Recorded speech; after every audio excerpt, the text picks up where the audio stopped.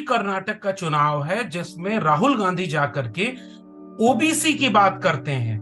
उस वक्त बात करते हैं जब राहुल गांधी को भारतीय जनता पार्टी ओबीसी विरोधी साबित करने में लगी हुई थी कि मोदी मोदी जोड़ करके उन्होंने ओबीसी का अपमान किया। विडंबना देखिए कि जिन मोदियों का नाम ले रहे थे राहुल गांधी उनमें कोई भी ओबीसी नहीं था।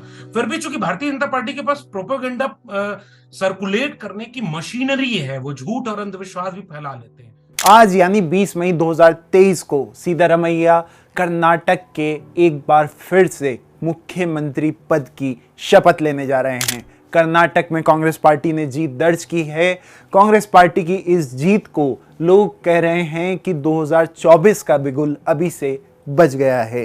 कर्नाटक में कांग्रेस की जीत के बाद लोग ये भी कह रहे हैं कि कर्नाटक जो भाजपा के पास साउथ का इकलौता राज्य था वो भी उन्होंने खो दिया है, जिसका नुकसान बीजेपी को 2024 के चुनाव में होने वाला है। कितना नुकसान होगा आज से ठीक एक साल बाद हमें वो पता पड़ जाएगा। आज की बात करें तो आज कर्नाटक में सिद्धारमैया मुख्यमंत्री पद की शपथ लेने जा रहे हैं और डीके शिव कुमार उनके डेप्यूटी बनेंगे।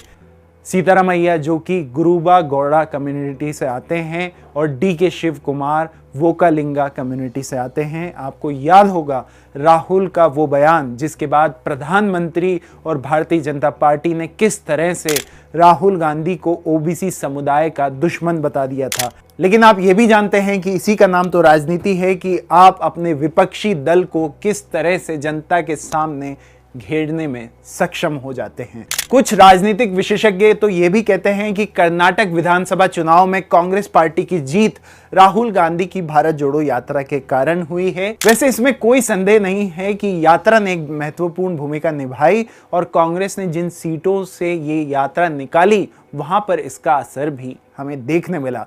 लेकिन राज्य स्तर पर एक मजबूत जन नेता के बिना कोई भी राष्ट्रीय दल विधानसभा चुनाव नहीं जीत सकता है। राजनीतिक विशेषज्ञ कहते हैं कि यदि सिद्धारमैया जैसे एक मजबूत जन नेता की उपस्थिति नहीं होती, जो एक अच्छे प्रशासक और भ्रष्टाचार की राजनीति से ऊपर साबित हुए, सिद्धारमैया नहीं होते तो शायद 2023 में कांग्रेस का जीतना असंभव हो जाता। ऐसा मैं नहीं, ऐसा राजनीतिक विशेषज्ञ कह रहे हैं। इसके अलावा डीके शिव कुमार ने भी कर्नाटक कांग्रेस अध्यक्ष के रूप में महत्वपूर्ण भूमिका निभाई। कांग्रेस ने कहा है कि सिद्धारमैया कर्नाटक के मुख्यमंत्री पद के लिए पार्टी की पसंद हैं और पार्टी की कर्नाटक इकाई के अध्यक्ष डीके शिव कुमार उप मुख्यमंत्री पद संभालेंगे। और आपको ये भी बता दें कि डीके शिव कुमार ही पार्टी प्रेसिडेंट बने रहेंगे कर्नाटक के लिए। पार्टी महासचिव केसी वेणुगोपाल और कर्नाटक के प्रभारी रणदीप सुरजेवाला ने गुरुवार को औपचारिक रूप से सिद्धारमैया को सीएम और शिव कुमार को एकमात्र डिप्टी सीएम नियुक्त करने का फैसले की घोषणा की थी, जो कि आज वो शपथ ले रहे हैं। और हमें यह भी सुनने मिला था कि डीके शिव कुमार की ही ये मांग थी कि उनके अलावा डिप्टी सीएम और कोई नहीं होगा। सिद्धारमैया पे आते हैं। सिद्धारमैया के बारे में आप लोगों को थोड़ा इतिहास के बारे में और बता देते हैं कि उनका राजनीतिक करियर कैसा रहा। सिद्धारमैया मंडल आंदोलन के प्रबल नेता थे। एक छोटे परिवार से आने के बाद भी उन्होंने स्कूल के बाद एलएलबी की डिग्री प्राप्त की। उन दिनों कुरुबा कम्युनिटी से आए एक लड़के के लिए ये नामुमकिन और मैं कहूँ कि ये एक सपना हुआ करता था। अपना एलएलबी पूरा करने के बाद उन्होंने मैसूर क्षेत्र में एक सामाजिक कार्यकर्ता के रूप में काम करते हुए कानून का अभ्यास शुरू किया। उन्होंने 1980 के दशक की शुरुआत में किसान आंदोलन के जाने माने नेता एमडी नजुद्वास्वामी का ध्यान आकर्षित किया। उन्होंने ही सीधा को किसान संगठन कर्नाटक राज्य रायता संघ के प्रतिनिधि के रूप में विधानसभा चुनाव लड़ने का मौका दिया था। वह जीत गए और 1978 में राज्य विधानसभा में भी चले गए। बाद में वे जनता पार्टी में शामिल हो गए। वे एक के बाद एक चुनाव जीतते गए और जल्द ही मंत्री भी बन गए। जनता दल के विभाजन के बाद वह देवेगौड़ा के जनता दल सेक्युलर में शामिल हो गए। सिद्धारमैया हमेशा गरीबों के समर्थन में खड़े रहे और ओबीसी एससी आदिवासी प्रतिनिधि के प्रति प्रतिबद्ध रहे। उन्हें देवेगौड़ा के बाद मुख्यमंत्री बनने की उम्मीद थी, क्योंकि उन्होंने मंत्रिमंडल में डिप्टी सीएम के रूप में काम किया था, लेकिन देवेगौड़ा ने अपने बेटे को चुना। सिद्धारमैया ने जेडीएस छोड़ दिया और कांग्रेस में प्रवेश किया। सिद्धारमैया कांग्रेस में मुख्यमंत्री का पद भी संभाल चुके हैं। दिल्ली में भाजपा के सत्ता में आने के बाद उनके सभी बयानों में धर्मनिरपेक्षता और तर्कवाद के प्रति उनकी प्रतिबद्धता देखी जा सकती है। उन्होंने कभी भगवावाद से समझौता नहीं किया। प्रदेश अध्यक्ष डीके शिव कुमार को अपनी कलाई पर भगवा धामों की गठरी बांधे देखा जा सकता है, लेकिन सिद्धारमैया को नहीं देखा जा सकता। इसके अलावा अगर आप लोगों ने ध्यान दिया हो तो राहुल गांधी और प्रियंका गांधी जैसे कांग्रेस के राष्ट्रीय नेता भी मंदिरों में जाकर अपनी हिंदू आस्था का प्रदर्शन करते दिखाई दिए, लेकिन सिद्धारमैया ने अपनी राजनीति इन सभी धर्म से अलग चलाई। सिद्धारमैया आज मुख्यमंत्री बन जाएंगे। आगे आने वाले चुनावों में किस तरीके से ये जाति की राजनीति चलने वाली है? इस समय देश में जाति को लेकर के जो राजनीति चल रही है, इसमें भारतीय जनता पार्टी और उनके आनुषंगिक संगठन ये विमर्श खड़ा करते हैं कि हम बिल्कुल जाति को नहीं मानते, हम राष्ट्र और धर्म दो पहचानों को लेकर के पूरे देश के हित में काम करते हैं। पर जाति है नहीं, जातिवाद पर बात नहीं करनी चाहिए। लेकिन विडंबना ये है कि आज की तारीख में सबसे ज्यादा अगर जाति केंद्रित राजनीति कोई कर रहा है तो भारतीय जनता पार्टी कर रही है। दूसरा विमर्श भारतीय जनता पार्टी ने क्षेत्रीय दलों पर लगाया और कि वो जातियों की राजनीति करते हैं। लेकिन अब कांग्रेस पार्टी जो देश का दूसरा बड़ा राष्ट्रीय राजनीतिक दल है, उसको ये बात समझ में आई है कि हमने जो मंडल का विरोध किया था उसकी गलती हमने कबूल की मंडल पार्ट 2 में, और मंडल को लागू करने का उच्च शिक्षण संस्थानों में कांग्रेस ने एक बड़ी भूमिका निभाई। इस तरह से हम देखें तो कांग्रेस पार्टी को यह बात समझ में आ रही है कि भारतीय जनता पार्टी का कोर वोटर कौन है। भारतीय जनता पार्टी शुरुआत से ही मूलतः थोड़े से सवर्ण शहरी पढ़े लिखे तबकों की पार्टी हुआ करती थी, जिसमें बनिया, ब्राह्मण और राजपूत जातियां एक मुश्त बीजेपी को वोट देती है। और ये बात ध्यान रखनी चाहिए कि आज की तारीख में एक मुश्त अगर कोई वोट देता है तो वो वही तबका है जो भारतीय जनता पार्टी का वोटर है। तो बाकी लोगों को गोलबंद करने के लिए भारतीय राजनीति में कोशिश लगातार होती रही है। समाजवादी आंदोलन का इतिहास रहा हो या मंडल का इतिहास रहा हो, इसने इन चीजों को केंद्र में लाया। और हमें याद करना चाहिए कि 2010 में जब यूपीए की सरकार थी तो संसद में एक राय होकर के कहा गया था कि जाति जनगणना होनी चाहिए, और कांग्रेस सहमत भी थी। उसने जनगणना न करा करके सर्वे कराया। लेकिन भारतीय जनता पार्टी, जो कि जनगणना की समर्थक थी, जाति जनगणना की, लेकिन पिछले दिनों से लगातार वो जाति जनगणना का विरोध कर रही है। इसका असर ये हो रहा है भारतीय राजनीति में कि दलित, पिछड़े, वंचित, शोषित समाज के लोग यह देख रहे हैं कि भारतीय जनता पार्टी ने उनका वोट तो लिया, उनकी नाराजगियों को भुना करके, उनके खाइयों को बड़ा दिखा करके एक गोलबंद किया हिंदू की पहचान में, लेकिन उनको हक नहीं मिल रहा है जिस मुद्दे को तमाम क्षेत्रीय दल लगातार उठाते रहे हैं। अब भारतीय जनता पार्टी का प्रतिपक्षी बनकर के कांग्रेस पार्टी इन मुद्दों को उठा रही है, और जिसका परिणाम कर्नाटक के चुनाव से भी हम जोड़ कर देख सकते हैं। पिछले दिनों जातिवार जनगणना पर समर्थन करते हुए सोनिया गांधी जी का पत्र आया।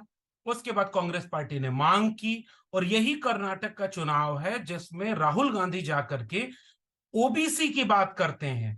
उस वक्त बात करते हैं जब राहुल गांधी को भारतीय जनता पार्टी ओबीसी विरोधी साबित करने में लगी हुई थी कि मोदी मोदी जोड़ करके उन्होंने ओबीसी का अपमान किया। विडंबना देखिए कि जिन मोदियों का नाम ले रहे थे राहुल गांधी, उनमें कोई भी ओबीसी नहीं था। फिर भी चूंकि भारतीय जनता पार्टी के पास प्रोपेगेंडा सर्कुलेट करने की मशीनरी है, वो झूठ और अंधविश्वास भी फैला लेते हैं। कांग्रेस पार्टी ने उसकी काट ये देखी है कि उन्होंने मल्लिकार्जुन खड़गे, जो कि उसी कांग्रेस पार्टी के अध्यक्ष बनाए गए, वो कर्नाटक से ही आते हैं। सिद्धारमैया और डीके शिव कुमार ये दोनों पिछड़े तबके से आते हैं, और वहां पर जाति जनगणना की बात होती है और बाकी बुनियादी मुद्दों की बात होती है, कर्नाटक की जनता के मुद्दे थे। इसको लेकर के जब कामयाबी हासिल होती है तो मुझे लगता है कि कांग्रेस पार्टी की रणनीति है कि ओबीसी और दलित जातियों को लेकर के क्या हम कोई ऐसी गोलबंदी कर सकते हैं जिसमें हमने भूपेश बघेल को भी ओबीसी मुख्यमंत्री बनाया, हमने अशोक गहलोत को बनाया, हमने राष्ट्रीय अध्यक्ष दलित सब तबके से बनाया है। और ये इसलिए करना जरूरी हो रहा है क्योंकि बीजेपी जो जाति को नहीं मानती थी वो कैबिनेट मंत्रियों की जातियां बता रही है, बड़े बड़े होर्डिंग लगा करके। प्रधानमंत्री खुद अपनी जाति जब मौका मिलता है चुनाव का तो वो अपनी जाति बताते हैं, राष्ट्रपति तक की जातियां बताई जा रही हैं।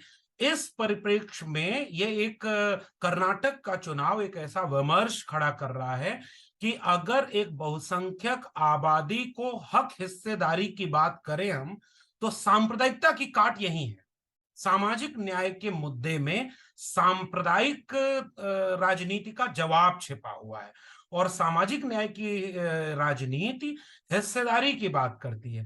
कर्नाटक में कांग्रेस पार्टी ने हिस्सेदारी के सवाल को मजबूती से उठाया और इसका नेतृत्व वहां के लोगों को यह बात समझाने में कामयाब हो गया कि हम सबका एक भारत बनाना चाहते हैं।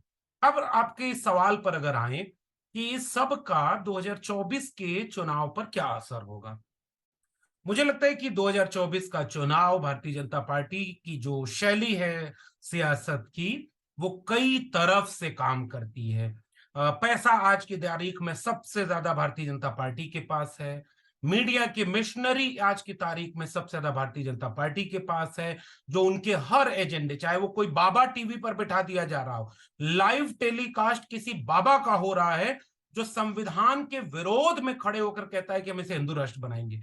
भारतीय जनता पार्टी के अनुषांगिक संगठन भी हूबहू यही मांग करते हैं कि हम इसे अखंड भारत और हिंदू राष्ट्र बनाएंगे। तो इस तरह का काम मीडिया कर रही है जो लाइव टेलीकास्ट कर रही है। तीसरी तरफ मिशनरियों का दुरुपयोग जिस तरह से भारतीय जनता पार्टी ने किया है, हालांकि शुरुआत कांग्रेस ने भी की थी, लेकिन कांग्रेस को अब समझ में आ रहा होगा कि कितना बेजा इस्तेमाल इसका किया जा सकता है। इन सारी ताकतों के बीजेपी के पक्ष में होने के बावजूद मुझे लगता है कि लोकतंत्र का बुनियादी तकाजा ये कहता है कि जनता के आक्रोश को आप बहुत मैनेजमेंट के जरिए बहुत दूर तक नहीं रोक पाएंगे। जनता के आक्रोश को आप ईवीएम या प्रशासन या पाखंड अंधविश्वास या मीडिया के प्रोपेगेंडा से बहुत दूर तक नहीं रोक पाएंगे। इस चीज को रोकने के लिए सरोकारी मुद्दे केंद्र में हैं और मुझे लगता है कि इस समय जो 2024 का चुनाव हमारे सामने है, अगर जातिवार जनगणना को, जैसे मिसाल के तौर पर एक बात देखें कि कांग्रेस पार्टी ने रायपुर अधिवेशन में यह कहा कि हम अपने सभी संगठन के हिस्सों में 50% आरक्षित वर्ग को देंगे जगह, SC ST OBC को, माइनॉरिटी को। उसके बाद उसका कुछ कांग्रेस पार्टी ने किया नहीं। जबकि आप अगर कोई स्टैंड ले रहे हैं तो उसको फ्रंट फुट पर आकर के खेलिए। अगर आपने जाति जनगणना की बात की है, ओबीसी की बात की है, तो आइए अब एक लकीर खींचिए कि अगर आपकी सरकार बनती है तो ईडब्ल्यूएस रिजर्वेशन लागू होने के बाद जो अपर लिमिट क्रॉस हो गई है 50% की, आप ये घोषणा पत्र में डालिए कि 52% आबादी को 52% रिजर्वेशन देंगे। इससे पूरा चुनाव बदल जाएगा 2024 का। और SC ST OBC और माइनॉरिटी के तबकों को, किसानों को, मजदूरों को अगर ये बात देखेगी कि कोई दल केवल मंदिर मस्जिद धर्म की राजनीति में हमें बांटने की बजाय हमारी शिक्षा, रोजगार, हिस्सेदारी की बात करता है, तो वो वोटिंग उधर शिफ्ट होगी। और कांग्रेस पार्टी को एक दूसरी रणनीति ये भी अपनानी चाहिए कि जिन जगहों पर जो क्षेत्रीय दल मजबूत हैं वहां उनका साथ दे कांग्रेस पार्टी, और जहां कांग्रेस पार्टी सीधे लगभग 200-250 सीटें ऐसी हैं, 250 के ऊपर, जिसमें केवल कांग्रेस और बीजेपी में टक्कर है, वहां सीधे सारे लोग मिलकर के कांग्रेस का साथ दें और बाकी जगह पे कांग्रेस क्षेत्रीय दलों का साथ दे, मुद्दों और एजेंडों पर चुनाव लड़ा जाए। तो कर्नाटक का चुनाव मुझे लगता है कि 2024 के चुनाव के पहले छत्तीसगढ़, मध्य प्रदेश और राजस्थान के चुनाव में भी असर करेगा और उसके बाद हरियाणा से होते हुए 2024 के चुनाव को बदल कर रखने की क्षमता है।